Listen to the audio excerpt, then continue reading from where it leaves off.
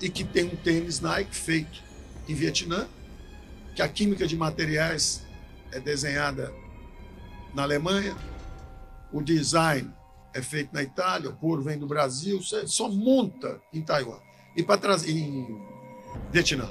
E para trazer aquilo do Brasil são 30 centavos de dólar. R$1,50. Você já viram aquelas grandes transportadoras com aqueles super containers, parecem prédios de 15 andares, aquilo vem andando devagarzinho e aquilo traz por um custo pequenininho qualquer produto. Pois bem, esse mundo acabou. Esse mundo acabou. 2 jovens hoje, com drones, na Etiópia, quando esse supertransportador está passando, eles soltam uma bomba, afunda a supertransportadora, dão 3 bilhões de dólares de prejuízo, quebram a companhia de seguro em Londres. Esse é o mundo para onde nós estamos indo agora.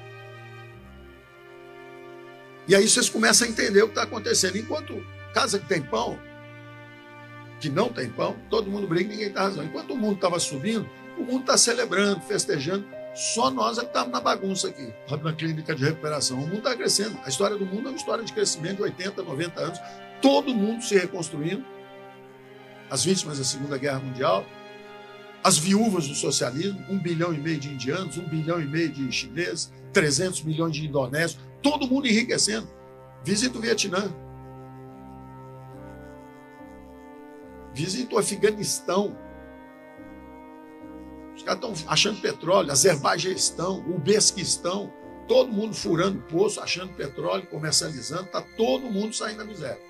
De repente, começa a guerra comercial dos Estados Unidos e China. Tem um elefante querendo entrar na piscina de criança. Começou a pressionar os salários no Ocidente. A classe média começa a se sentir abandonada.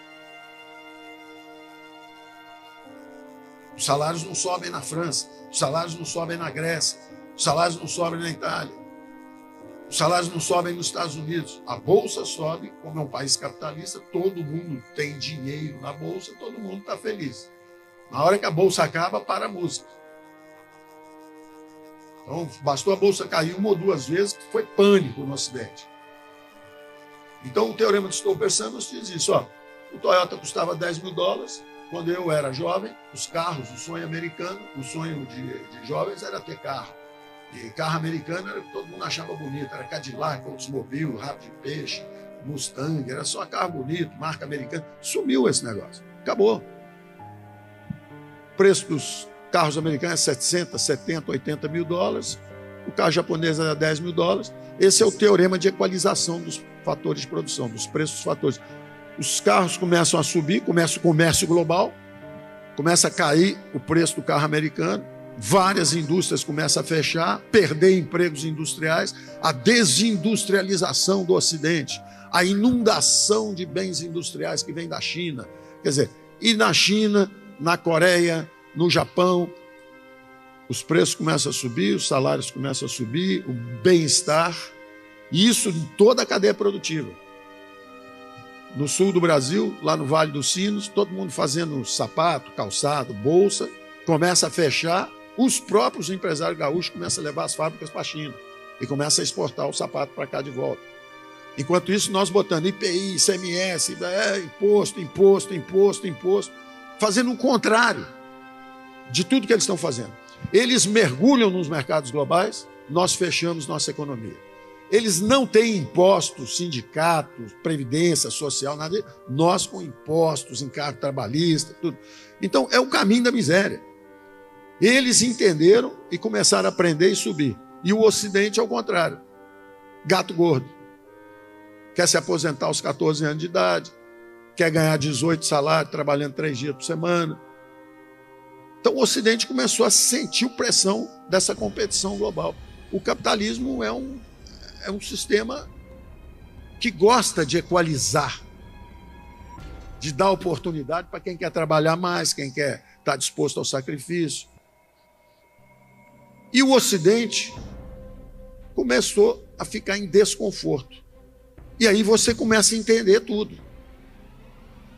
Os conservadores falam, para essa onda de imigração, estão prejudicando nossos empregos. Isso é um conservador falando. Vamos parar as imigrações. Ora, o mundo era um mundo cada vez mais liberal, indo em direção à prosperidade para toda a espécie, um mundo só, tudo integrado, sem fronteiras, um ritmo de progresso alucinante. De repente você começa um recuo. Por quê? Porque a receita socialista, enquanto eles adotaram a receita capitalista do lado de lá como vítimas do socialismo como doutrina econômica, nós fizemos exatamente o contrário. A nossa afluência, a nossa riqueza, entre aspas, do Ocidente, começou a dar mau exemplo. E particularmente a Atlântida, o continente perdido, que não é da variante anglo-saxônica. Ele é da variante continental, Europa ibérica, que era justamente onde o capitalismo tinha penetrado menos. Então, nós tentamos virar um estado do bem-estar social antes de enriquecer. O país é pobre e já quis viver como vivem os gregos, os franceses. Você vê que até os gregos andaram enfrentando problema, né? Porque aposentadoria aos 7 anos de idade também aí já é demais. Então os caras estavam meio folgados demais, tomaram um chacoalha lá e tiveram que se reenquadrar.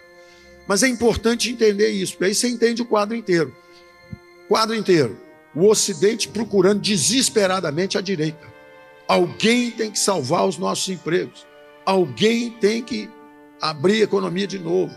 Alguém tem que reduzir a arbitrariedade do governo nos negócios. Alguém tem que reduzir os impostos. Alguém tem que mudar esse modelo econômico. E a democracia começa a balançar. Radical. Não, radical é você que fechou o país. Radical é você que botou os impostos em 30%. Radical é você que está permitindo invasão de terra. Radical. E aí começa a barulheira a subir. Nós vivemos essa barulheira. Nós estávamos lá, o desempenho econômico do governo sendo melhor do que os lados de fora. Caímos menos do que eles, voltamos mais rápido do que eles, tivemos inflação mais baixa do que eles. E a barulheira aqui não parava. E a barulheira lá fora continua também. Então é importante entender isso. Então, simples entender uma onda de direita varrendo o mundo. Ganhando em toda parte, eu disse. Ganha na Hungria, você, extrema-direita, na Hungria, é direita. Ganha na Polônia. Ganha na Polônia. Ganha na Itália. Ganhou na Itália. Ganhou na França. Ganhou em Portugal. Ganhou na Nova Zelândia. Ganhou na França.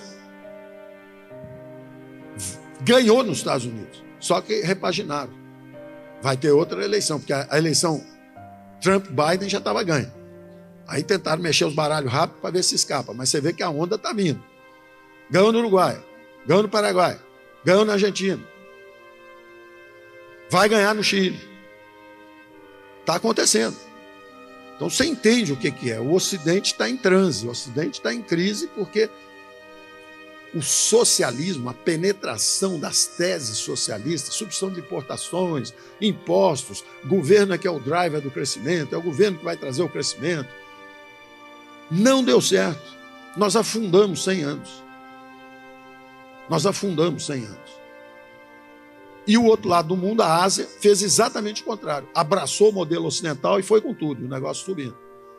Bom, encaixamos um pouco desse desconforto. E do que está acontecendo agora. E não para tão cedo, tá? Sabe que hora que vai parar?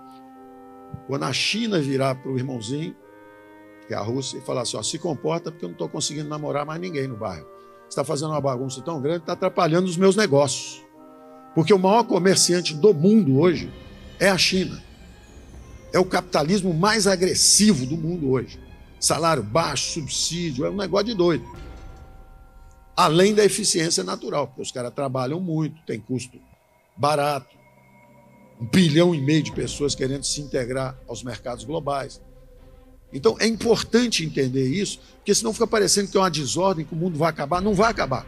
O mundo estava indo em altíssima velocidade, só que a política não estava preparada para tratar disso. A política vem depois do povo. Da mesma forma que são os estados, é o mais Brasil e menos Brasília, são os estados que estão agindo, e quanto mais recursos eles tiverem, mais a ação está próxima do povo. Uma federação feita de baixo para cima, como era os Estados Unidos, 13 colônias, cada uma cada um com sua religião, cada um com as suas, na verdade eram protestantes que tinham vindo, né, imigrantes, mas cada um com os seus próprios recursos, suas escolas, seus hospitais, seus exércitos, suas constituições. De repente se revoltam contra os impostos inconstitucionais dos ingleses. Está escrito na Constituição inglesa, no taxation without representation. Como é que você pode botar um imposto na gente?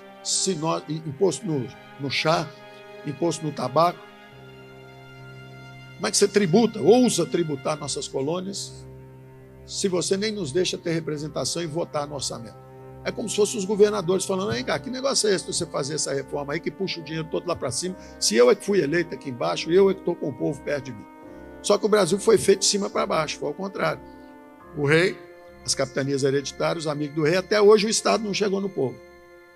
O Caiado fez um discurso forte aqui de como é que o Estado pode chegar no povo. Falar, aqui ninguém invade terra, aqui a vida humana está preservada, bandido que mude de Estado, só que ele vai para o Estado ao lado, continua no Brasil rodando. Então nós temos que, por isso que a direita está também. Se você observar a composição do parlamento, você vai ver que a centro-direita está hoje dominante no Congresso brasileiro. Ela é bem maior do que era 4, 5, 6 anos atrás. Então tem que entender o fenômeno. Esse fenômeno está acontecendo. Agora vamos entender a perturbação. Quem é que coloca os chicletes na cadeira do professor, para quando o professor sentar, ele levanta, rasga a calça, sai a cadeira junto? Quem é que faz isso? É o bom aluno ou é o mau aluno? Quem é que agride o juiz no jogo? É o cara que está ganhando 3-0 ou o cara que está perdendo 3-0? É o perdedor que é o agressor. E aí você começa a entender, se essa ordem mundial enriqueceu tanta gente, melhorou tanta vida no planeta, todo mundo melhorando, a ponto de todo mundo querer abraçar a árvore, preservar as árvores, ficar um planeta feliz, todo mundo sonhando com a grande celebração da espécie humana, a conservação do biossistema, a conservação do ecossistema, dos biomas. Como é que nós estamos cada vez mais humanos, bonitos? Vamos comer, inclusive, daqui a pouco, vamos parar de comer os animais, nós vamos desenvolver proteínas sintéticas, está todo mundo sonhando com um futuro melhor, com a bondade. De repente começa uma confusão. Sala de aula, confusão. Não é o aluno, não é aquele 4-olho ali da primeira cadeira que está ali tomando nota, fazendo pergunta ao professor. Não é, vai lá atrás, vai ver quem é que ficou para trás. Quem ficou para trás? Quem foi o grande perdedor desses últimos 80 anos? A União Soviética. A União Soviética era a alternativa socialista à sociedade ocidental. Os Estados Unidos reconstruíram a ordem mundial em cima de democracia e mercados. Democracia e mercados. 1 a 1. A Alemanha virou democracia e mercados. A Itália virou democracia e mercados. O Japão tinha imperador, virou democracia e mercados. A Rússia virou democracia e mercados. O Putin, quando a União Soviética desmanchou, o Putin tinha medo do Bush e admirava o Tony Blair. E é na hora que o adversário é derrotado que você tem que ser generoso. A generosidade é essa. É estender a mão e falar assim, Rússia. Na hora que a União Soviética se esfacelou, dava a mão para a Rússia e fala assim, entra para a OTAN, vem com a gente. Não precisa ficar preocupado com sua fronteira, quem é que tem armamento ou não. O Ocidente bobeou, tripudiou. Costuma acontecer, né? Um cara ganha a eleição, tripudia sobre o outro, um poder às vezes tripudia sobre o outro, persegue, costuma fazer isso. Não é inteligente. O inteligente é pacificar a partir da força. Você ganhou, pacifica. Para que você vai pisar? Mano? Bom, resultado. A Europa foi se expandindo as fronteiras armamentistas, chega um momento em que a Rússia fala, bom, acabou, agora eu vou para a confusão. Não tem nada a perder, vou para a confusão. Se eu tomar a Ucrânia rápido, ganhei. Se eu perder, meu irmão mais velho vem cá e mostra que ele é que tem influência, não mais os americanos. A influência geopolítica global agora é a China. A hora que a China quiser, chama o irmãozinho e fala assim, ó, está atrapalhando meu negócio, para. E os Estados Unidos? Não manda mais nada. Aí você acha que o americano está preocupado? Não. O Trump está dizendo o seguinte, ó, cansei de segurar o guarda-chuva para você, Japão. Você invadiu a China, bateu muito nos caras, se vira aí, tá? Ô, Coreia do Sul, Dá uma olhadinha na Coreia do Norte, que eles estão mandando uns balões aí cheios de excremento e jogando em cima de vocês. Ainda bem que é excremento, podia ser bomba. Macron, fica esperto aí, tá? Conversa com o Putin. Sabe aquela mesona grande, que ele senta lá numa pontinha, você fica na outra, nem enxerga direito? Se entende com ele aí, porque eu não vou ficar segurando guarda-chuva para todo mundo me xingar. Todo mundo xinga os americanos, então faz o seguinte, cada um cuida de si, tá? Eu vou cuidar de mim. Vou cuidar da NAFTA, North American Free Trade Area. É disso que eu vou cuidar. Eu tenho recursos. É uma das poucas áreas populacionais do mundo que vai continuar com a população crescendo lentamente. É México, Estados Unidos e Canadá. Eles estão olhando para isso. Se o Trump ganhar a eleição, ele vai olhar para isso. O resto, ó, cada um que se vire aí, tá? Cada um cuide por si e Deus por todos, tá? Cada um por si e Deus por todos. Então o mundo está numa fragmentação dramática. E tudo isso que eu estou conversando, isso era analisado. Nas reuniões de G20, nas reuniões de Banco Central lá fora, nós conversamos sobre isso. E os americanos usavam, a secretária de Tesouro americana usava uma expressão que era o seguinte, olha, acabou o modelo antigo, há uma fragmentação das cadeias produtivas, eu não vou ficar fazendo semicondutores em Taiwan. 75% dos semicondutores são feitos em Taiwan. O Covid nos ensinou um negócio muito importante. Na hora que bloqueia os portos, por causa do Covid, a China